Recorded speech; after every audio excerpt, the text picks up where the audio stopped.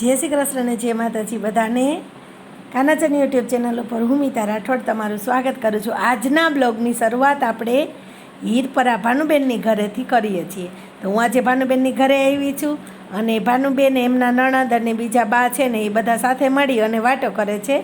તો ભગવાનના મંદિરે દીવો કરવાની જે વાટો છે એ ખરેખર ખૂબ સરસ રીતે કઈ રીતે કરાય ને એ તમે આ વિડીયોમાં જોજો, કેમ કે આમાં બાએ સુંદર નવી ટિપ્સ પણ બતાવી છે। તો ચાલો હવે આપણે આ વિડીયો સ્ટાર્ટ કરીએ।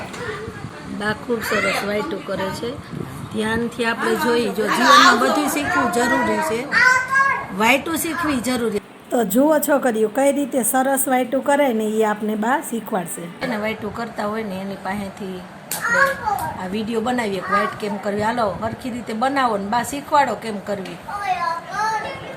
હાલો પહેલાં કેમ કરવાનું કહેજો ઊભા। હાલો તો અમારે ભાનુબેન છે ને એ આપને વાઈટું કેમ બનાવીને એની રીત સમજાવશે। પહેલાં આમરું લેવાનું, પછી એની અંદર આટલું થોડુંક રૂવાન મૂકવાનું, પછી આવી રીતે આમ કરી અને આમ વાળવાનું,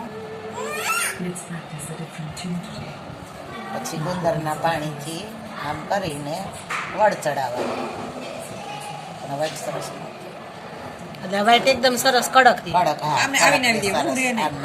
એમ એટલે આ પાણી તમે કેવું કીધું? ગુંદરનું પાણી, ગુંદ નાખવાનું આપણે ખાવા જો આવી સરસ થાય। હા હા જો આવી સરસ થાય।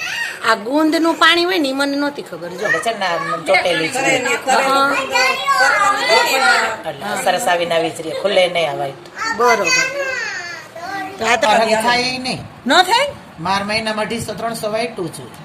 ભાનુબેન ને 250-300 જોઈ, બા ને એટલી જોઈ, આ બા ને એટલી જોઈ। તો હજી છોકરાઓ મૂકે ને મને ધૈર્ય એમ કે બા વાઈટ મૂકી દે, ના જ ન પડે, વાઈટ આવડે છે કેમ મૂકવા જશે? જો વાઈટું આવડતી હોય ને તો આપણે જાજા દીવા કરી શકીએ। વાઈટ પગ લઈને ઉપર પછી પગ ચડાવીને બેઠા છે, ઓલો તો એવો જોવા મસ્ત ભાઈ આ સોફા ઉપર બેવાનું કઈ સ્ટાઈલ છે? અમારે મિત્તલને આવડે છે વાઈટ, એટલે નથી આવડતું છે।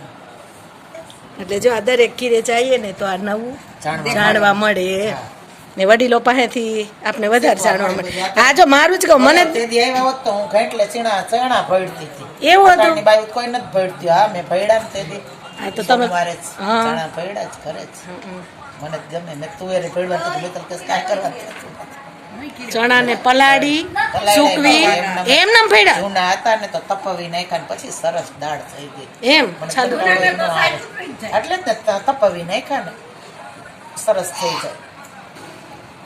તો હવે છે ને પાછો જો ખૂબ સરસ વાઈટું કરતા ભાનુબેન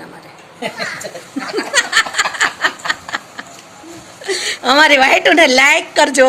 હા, કેવી લાગી મને કોઈ વાઈટું ગમે જ. હા બસ તમને આ વાઈટું કેવી લાગી ને કોમેન્ટમાં જણાવજો। જો આમાં કઈ ઘટે જ નહીં, ટીપાયું ને ખાટલા ઠેકતા જાય છે। તો મિત્તલ તું શું કરસ? આ મોટી ઊંડી અમારે મિત્તલ કઈક કરે છે, દેખાતી નથી। બસ તમારે ઘોડે છે ને એને તેટલી છે। એટલે આપણે આ શિયાળામાં તરીને કઈ નાખવાનું ને એકાદી કાકરી આ રીતે પાણીમાં નાખી દો, બે ત્રણ કાકડી નાખવાની, 2-3 કાકડી નાખી દો। હા ઘણી નાખી દો ને ગોંદ હા સરસ। અને છે ને વાસ નો આવે, દૂધ વાળી કરીને એમાં વાસ આવે, બરોબર। અને આ છે ને આવીને આવી કડક રહે સરસ હા ઊભી। એટલે ઘણા છે ને ઘી થી નહીં કરે, ઘી એમાં કરે પણ એ છે ને એ વાસ આવે, પછી આમાં વાસ નો આવે। તમારે વાઈટ ટાઈમ પડ્યો રહે ને હા, હા, હા. વાસ નો આવે આ વાઈટ, બરોબર। અને આવીને આવી કડક રહે। હા હા મારી વાઈટ તમે પલારેલી જોવો। એમ હા મને એટલે